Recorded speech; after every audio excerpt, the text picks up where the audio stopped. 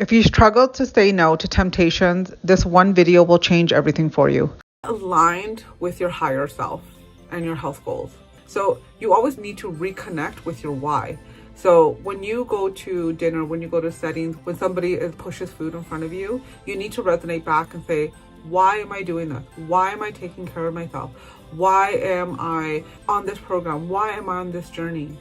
And for most people, it's really deep. It's because you want to run around with your grandkids, or you want to have strength so you're not always asking your partner to do everything for you.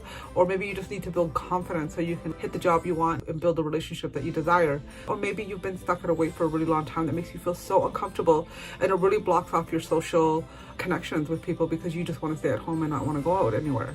So make sure that you always ask, why am I doing this? Reflect back on your deep thought and why you're on this journey, and this will help you face those temptations when they arrive. The cake, the extra food, the alcohol. Before you reach out and put something in your mouth, ask why.